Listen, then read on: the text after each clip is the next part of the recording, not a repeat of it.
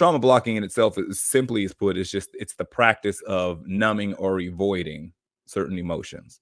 Mhm. So we just try to find things to busy ourselves, and there's different kind of behaviors that kind of show up with that. So Mhm. if you see somebody who compulsively online shopping for stuff you don't need, stuff that you're Mhm. never going to use. You got your third toaster and nobody in the house eats toast. Like you're just Mhm. buying stuff to occupy time, the thrill of the hunting down, the shopping and the buying. People who work excessively. So that's kind of the issue sometimes, is because you get rewarded. So if you, instead of dealing with certain things, you just decide, I'm just going to work. I'm just going to stay at work.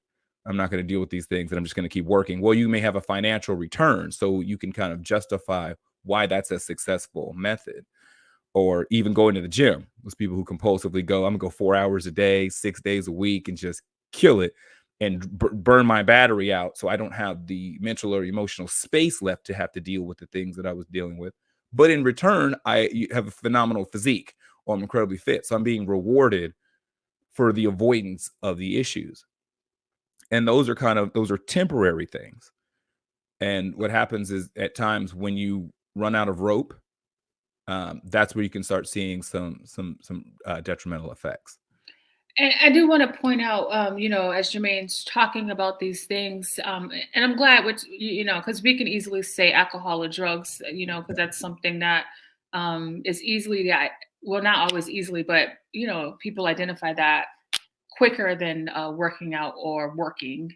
Yeah, And one of the things society, our culture does is reward people for working really hard. You get the extra bonus on your checks, you get the status, growth rate, the working out. So sometimes, I think these are some areas, or shopping.